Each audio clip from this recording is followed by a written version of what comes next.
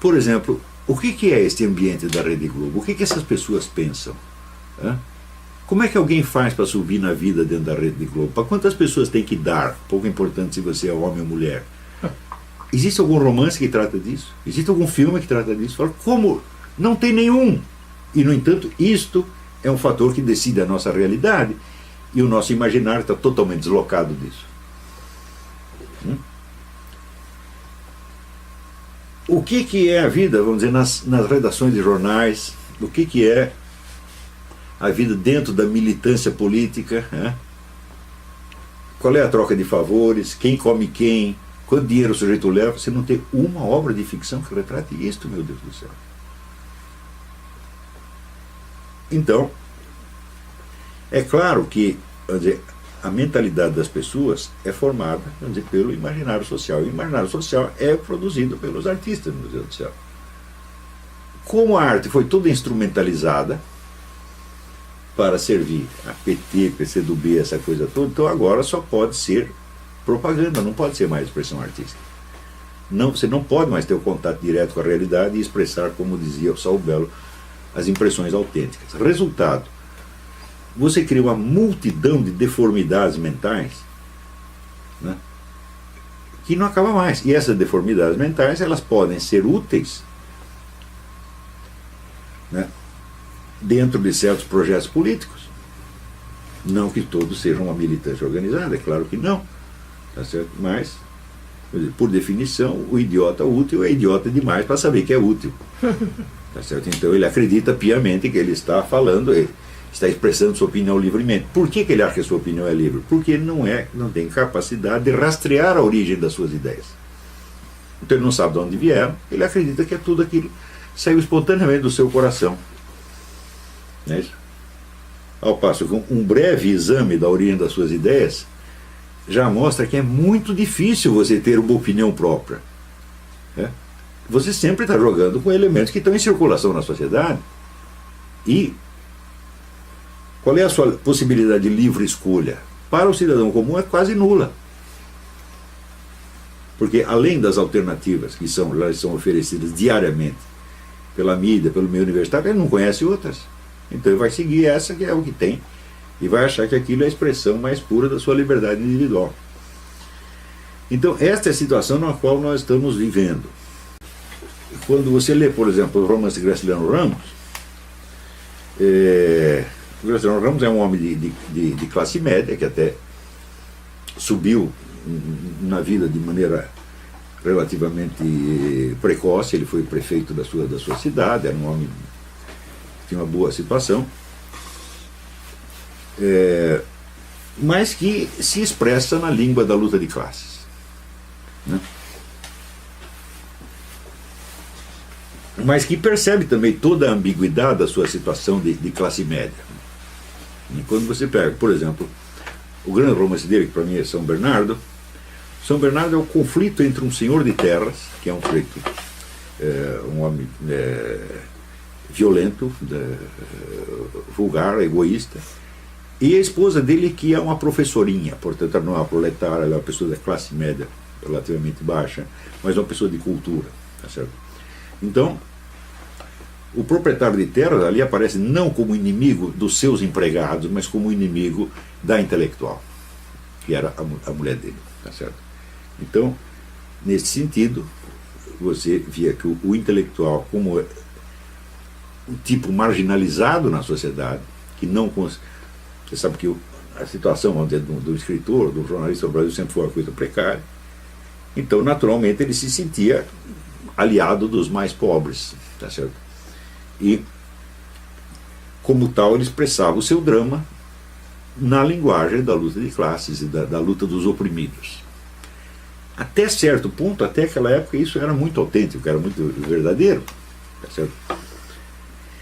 Nas décadas seguintes, isso se falsifica de maneira mais completa, porque toda esta gente se torna a elite mandante, né?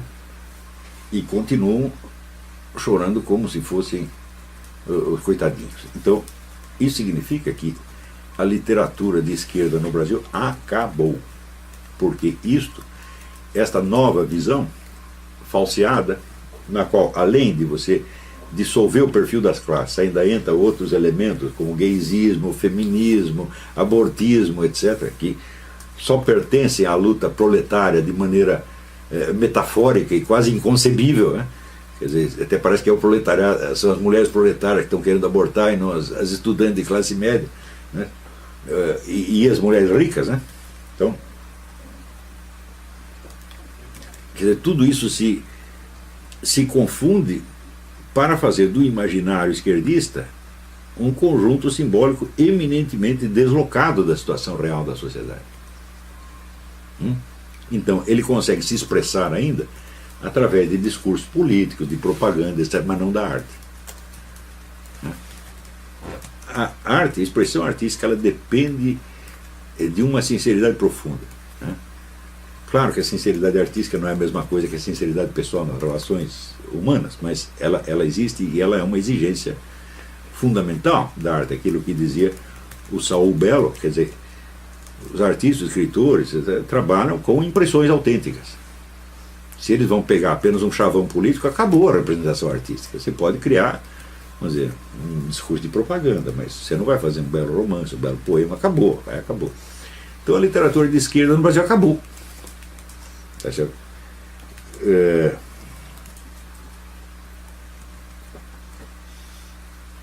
Eu acho que a sua última expressão, mais ou menos legítima, foi o romance do Ledo Ivo, que chama A Morte do Brasil, que é dos anos 80, mas o Ledo Ivo, quando escreveu isso, já era muito velho, então ele é um homem da década de 60 ainda, né? Então, depois disso, acabou. Aparecem outras... por exemplo, o pessoal menciona muito um conto do Rubem Fonseca, que se chama O Cobrador, né? Que é o sujeito que se considera um cobrador da dívida social. Mas o Rubem Fonseca é um tremendo reacionário, né? E a visão que ele tem da sociedade certamente não coincide com a da esquerda, né? E como essa é, vamos dizer, a imagem literária do Brasil, então, acabou, então nós estamos vivendo em plena época do discurso totalmente deslocado da realidade. A realidade da vida social, da vida de todos os dias, ninguém está sendo capaz de expressar. Porque ela se tornou tão complexa e tão miserável ao mesmo tempo que não há como expressá-la. Só o que sobrou foram os estereótipos e a linguagem, vamos dizer, da propaganda política a favor ou contra. Não é isso? Então, você vê também que quando o pessoal da direita fala, quase sempre o discurso deles também é deslocado em relação à situação da sociedade. Por exemplo, a famosa defesa da família, né? Eles estão defendendo a família como princípio, mas o processo no qual estamos envolvidos não é a destruição da família como um princípio, é a destruição da sua família, a preservação da família deles. Né? Então é isso que ninguém fala. Olha, Lula e Lulinha. É uma transmissão patriarcal. É o poder de um que vai passando para o outro, pô. E vai ter o neto Lula, o mini Lulinha, e depois o mini micro Lulinha, e assim por diante. Né? Vai ter casamento gay ali? Fala, de jeito nenhum. O casamento gay acaba com o poder do patriarcado, meu Deus do céu. Vai ter casamento gay na família dos outros. Então, a defesa da família como princípio é fazer buraco na água. É um discurso totalmente deslocado do que está acontecendo realmente. Não é isso? Agora, por exemplo, a mudança do panorama estético visual do Brasil nos últimos 40 ou 50 anos, isso começou ainda no tempo dos militares. Ou seja, a destruição da beleza do Brasil. É curioso que os artistas deveriam ser sensíveis a isso, mas você não tem um único testemunho disso aí. Você pode procurar poemas, romances, filmes, ninguém mostra isso. E isso é a nossa vida de todos os dias, meu Deus do céu. Você experimenta, você pega uma foto de São Paulo nos anos 50, veja como era a cidade, veja como está hoje. A pessoa às vezes usa o termo favelização. Eu digo, eu não sei, porque a favela é mais bonita do que isso. Né? Na favela ninguém vai fazer pichação. Né? Você não tem grafiteiro na favela, pois vai fazer grafitar lá na cidade. E assim por diante. Quer dizer, os termos não descrevem exatamente o que está acontecendo. E o discurso expressa sempre problemas que são parecidos com a realidade, mas que não são a expressão direta da experiência. Então nós estamos vivendo num estado de alienação total. Outro dia um rapaz botou uma mensagem lá no meu Facebook dizendo que ele ficou na Austrália 35 dias e que ele voltou, evidentemente, daí que ele ficou horrorizado com o Brasil. Bom, eu tive essa experiência várias vezes. Toda vez que eu viajava, ficava um tempo fora, voltar ao Brasil, entrar numa depressão desgraçada. Né? Eu lembro, por exemplo, que eu tinha feito uma viagem aqui de Washington até aqui a Virgínia, eu estava procurando casa, e tudo que eu vi era bonito. Né? Daí cheguei lá e tive que fazer uma viagem São Paulo-Santos. Né? E estava tudo quebrado, tudo devastado, parecia que tinha caído uma bomba atômica. E eu pensei, como é que as pessoas conseguem viver nisto? Agora, não era assim 50 anos atrás. Então, algo mudou. Agora, como é possível que a literatura, o teatro, as novelas de televisão não reflitam isso em nada? Porque elas estão preocupadas apenas em repassar estereótipos de propaganda. Então, por exemplo, o problema gay, quando você vê a intensidade com que isso aparece na Globo, você tem a impressão que dos 200 milhões de brasileiros, 199 milhões são gays e estão desesperados porque ninguém os deixa fazer o que eles querem fazer. Tá certo? Então, ou então você tem a impressão que o gaysismo, que o homossexualismo é eminentemente um problema das classes baixas, coitadinhas que são oprimidas. No entanto, todo mundo sabe que você tem muito mais gay nas classes média e alta. Então, quer dizer, o que eles estão tratando como problemas nacionais não são problemas nacionais, são problemas de uma elite. Ou seja, se você quer saber, os problemas da novela da Globo são os problemas da equipe da Globo. São os dramas existenciais deles, que passam como se fossem os da nação. Agora, você compare isto com o interesse que os romancistas, ficcionistas das décadas de 20, 30, 40 tinham em conhecer o povo. Você compara, por exemplo, o conhecimento que o José Lins do Rego tinha da vida diária do povão pobre do Brasil. Ele sabia tudo. O próprio Jorge Amado, às vezes caiu no estereótipo, mas ele sabia bastante coisa. E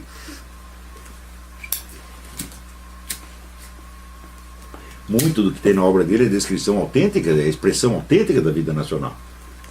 O Graciliano Ramos e outros tantos. E hoje,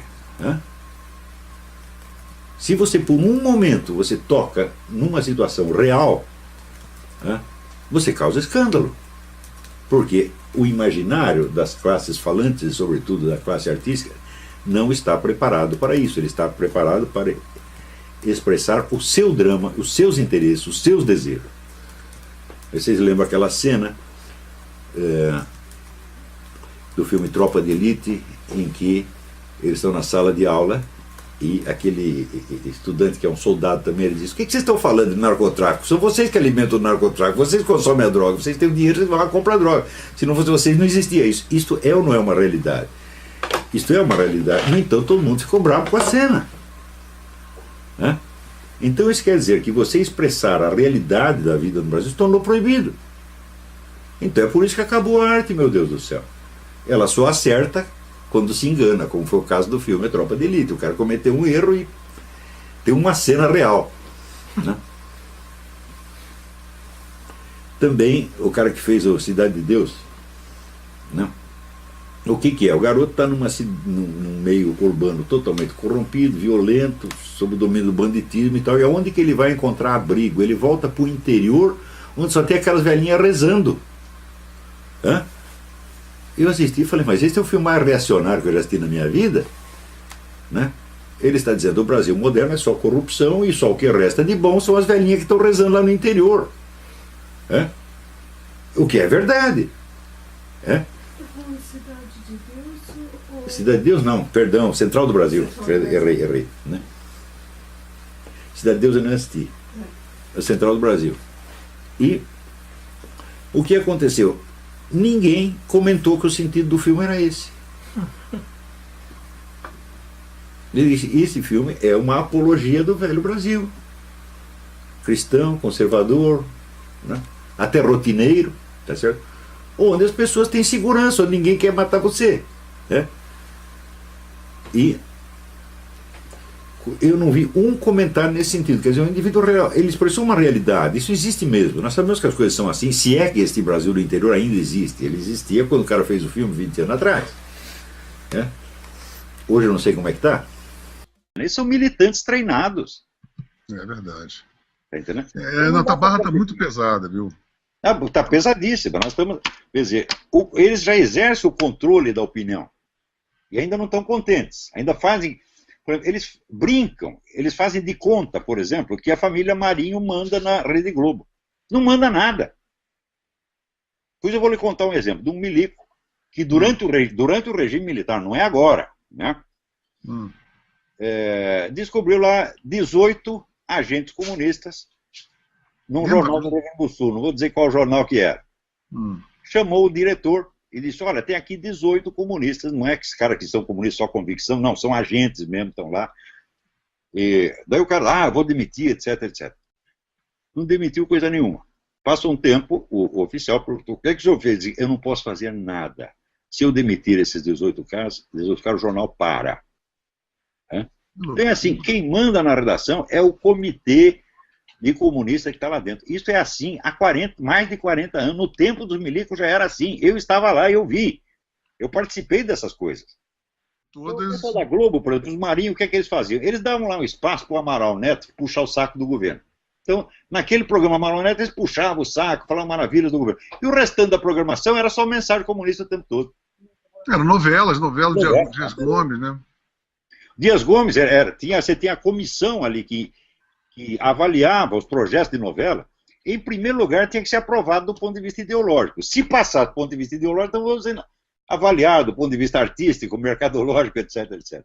Era o Dias Gomes e a Janete Claire, militantes históricos do Partido Comunista.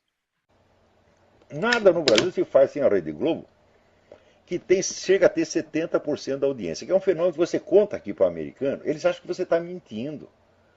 Porque aqui, se você pegar um canal grande, né, CNN, NBC, tem 1, 2, quando chega a 3% da audiência é uma festa.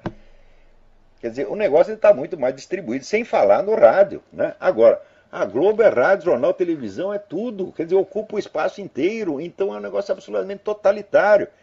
E aquilo é uma elite de umas 20, 30 pessoas. 20, que elite? Chamar de elite é até elogio. Né? É um grupo de 20 ou 30 pessoas que determina o que o brasileiro vai pensar, o que vai imaginar, o que vai sentir, e molda as opiniões assim em linha industrial. Né? Então, como é que pode ter um fenômeno desse? Hoje eu vejo que o velho Leonel Brizola tinha razão quando falava da Rede Globo. Ele falava contra esse monopólio, ele tinha toda a razão. Né? Só que era aquele tal negócio, quer dizer, era a esquerda se fazendo de vítima, porque lá sempre foi, todo mundo sempre foi de esquerda lá, só durante o tempo do regime militar eles colaboram um pouco com o regime militar, porque aí não tem outro jeito, tá certo? Senão não vinha a verba do governo e tal, então, por motivo meramente financeiro, então dava um certo apoio ao governo, muito limitado, aliás. Mas depois o negócio ficou infestado de esquerdista, então os esquerdistas dominavam a mídia e em seguida gritavam contra o monopólio da mídia. Eles mesmos. Né? Eu lembro que quando era jovem, tinha um amigo que gostava de, quando ia bater em alguém, ele se trancava num quarto e ele enchia o sujeito de porrada e ele mesmo gritava, ai, socorro, não me bata mais, tá? Você pensa, ele está se ferrando lá dentro. Daqui a pouco saía ele inteiraço e o outro estava lá no chão. Então o pessoal da esquerda faz a mesma coisa. Né? A gente vê em todo o Ocidente pessoas religiosas, bem intencionadas, conservadoras, querendo defender a família. Então faz lá um belo discurso em favor da família e contra a destruição da família, etc, etc. Mas peraí. Será que esse pessoal revolucionário está mesmo destruindo a família? Note bem. Então, primeiro, esses grandes grupos globalistas que dão dinheiro a rodo para os movimentos esquerdistas, todos eles se constituem de famílias dinásticas. que continuam rigorosamente, patriarcalmente ao longo dos séculos. Vê se os Rockefeller querem dissolver a sua família. Ah, nós vamos tentar aqui novas modalidades de organização familiar, vamos chamar aqui um monte de gay, tá certo? E fazemos aqui uma suruba de 40 homens dizendo que é uma família. Vê se o Rockefeller vai fazer isso, que nada, meu filho, educa os filhos direitinho para prosseguir a obra do pai e defender o patrimônio. Se você pegar lá no grupo Bilderberg, com exceção daqueles que são eclesiásticos, católicos, que tem lá também, tá certo? Todos são patriarcas de famílias dinásticas, que jamais permitirão que suas famílias sejam dissolvidas por sexo livre, por gaysismo ou pelo que quer que seja. Mais ainda, gente, ele está falando agora mesmo da elite comunista, né, que continua no poder, né, na Tchecoslováquia, na Polônia, na Romênia, na Hungria, em todo o leste europeu, né? Apesar da democracia, eles continuam mandando. O sistema é estritamente dinástico, meu filho. Quando o pai fica velho demais, bota o filho no lugar. Então isso quer dizer que essa putada comunista fica com essa conversa de não, vamos destruir a família burguesa porque é opressiva, etc, etc. Mas eles conservam a sua própria família porque sabem que isso é a base da possibilidade da ação histórica, meu filho. É? Se a família se dissolve a cada geração, não é possível ação de longo prazo. Todas as suas ações ficam limitadas ao prazo da sua vida. Tá certo? E tudo que você construiu se perde na geração seguinte.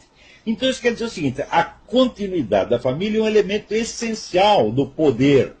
E quando eles dizem que é para destruir a família, é para destruir a sua família, seu trouxa. A deles não, porra. Então isso quer dizer, isso não é um ideal que eles tenham. Isso é uma conversa mole que inventaram para enganar trouxa. Note bem, que em Roma, já a nobreza romana já sabia disso. Então, dentro da nobreza, vigorava o mais estrito e hierárquico patriarcalismo. O pai tinha tanta autoridade que ele podia mandar matar um filho. Se o filho fosse desleal, podia mandar matar. E não tinha problema nenhum. Agora, os escravos, não era permitido que os escravos casassem e constituíssem família, meu filho. A procriação era feita em gigantescas surubas. Reunia um monte de homem e mulher num negócio do tamanho do estádio do Maracanã e todo mundo comia todo mundo, tá entendendo? E daí ninguém sabia quem era filho de quem. E assim foi durante séculos. Pô. Foi a influência da igreja que conquistou para os escravos o direito de casar. E a partir do momento que podia casar, então naturalmente podia legar sua propriedade aos filhos. Então quer dizer, a família sustentava a propriedade e não ao contrário, como dizia essa besta do Karl Marx. Os escravos primeiro adquiriram o direito de casar, né? E depois, em função do casamento, também o direito de legar, ainda que fosse um pouquinho, uma terra pequenininha, né? Ou um arado, um boi, uma vaca, um bode, um carneiro, né? Um cachorro, legar para o filho. Então, aí começaram a ter algum poder, começaram a ter direito de voz e voto, que fez, então, vamos dizer, do campesinato medieval, uma força política tremenda, capaz de aterrorizar. Às vezes, quando o campesinato se revoltava, toda a nobreza ficava aterrorizada. Tem até um filme muito interessante que chama O Tirano da Aldeia, Michel Kohlhaas. É tirado de uma história de Heinrich von Kleist, do senhor que primeiro inventou o pedágio. Porque hoje não está tão acostumado a pagar pedágio, você passa numa estrada, paga 10 pedágios, né? O cara inventou, um proprietário de terra inventou o pedágio e lá vinha então o camponês trazendo seus cavalinhos, né? Os caras, tem que pagar. Não pago. Daí tomaram os cavalos deles. Eles disseram, tomaram meus cavalos. Daí ele armou uma encrenca, começou a tocar fogo em tudo, aterrorizou metade da Alemanha. Isso era, então, já o campesinato medieval, que tinha consciência de seus bens, consciência dos seus valores, que ele pretendia legar aos seus filhos. Isso tudo começou com a família. Então significa o seguinte, continuidade familiar é poder, sobretudo é poder de ação a longo prazo. Então, os nobres, os senhores, os doutores, os ricos sempre souberam disso, então conservam suas famílias.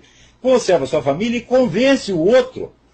Ô idiota, aqui ó, seu pai está te oprimindo, você destrói a família, né? Leva lá um monte de puta, põe dentro de casa, diz que é sua família, faz uma suruba, né? Chama aí a turma da parada gay e diz que é família, né? Pega lá a sauna, né? Antigamente tinha a sauna do Hotel Danúbio, que era famoso, tem um aluno meu que ia lá e dizia, hoje dei para 40 homens. Né? E, então, a sauna do Hotel Danúbio vira o quê? Uma família. São novas modalidades de estrutura familiar, como falam esses patetas da USP, da PUC, esses vagabundos que vocês pagam com dinheiro público para botar merda na sua cabeça, porra, para te ensinar o contrário do que acontece. E você ainda chama de senhor doutor. Né? Então, os ricos, os poderosos, inventam essa conversa para enganar vocês. Dissolva a sua família, seja livre. Seja livre quer dizer, desvincule-se da instituição familiar, tá sendo onde tem um pai que pode te legar propriedades, no mínimo vai te legar um nome, vai te legar o fruto dos seus esforços, e se transforma num átomo solto, né, que hoje está indo para a cama com a fulaninha, amanhã com a outra fulaninha, e depois com o fulaninho, e depois com o cachorro, com o gato, com o bode, com o que você quiser, tá certo? E daí você fica sem esse substrato familiar, sem o seu apoio familiar, e você vira mais um átomo solto, enquanto nós aqui somos a força organizada. Quer dizer, a força organizada, unificada, constante, contra um monte de mosquitinho solto no ar. É isso que eles querem, porra! Então você defender, teoricamente, a instituição da família não significa nada, porque você não está discutindo com um idealista utópico que acredita no que está falando. Claro que no movimento revolucionário sempre tem os idiotas úteis que acreditam. Mas os chefes, os líderes, os ideólogos nunca acreditaram nessa porra. Né? Você vai me desenganar que Herbert Marcuse, Max Horkheimer, tá certo? Theodor Adorno acreditavam nessa pataquada, mas o que é isso? Você já viu Max Horkheimer e Theodor Adorno participar de uma suruba? Mas nunca.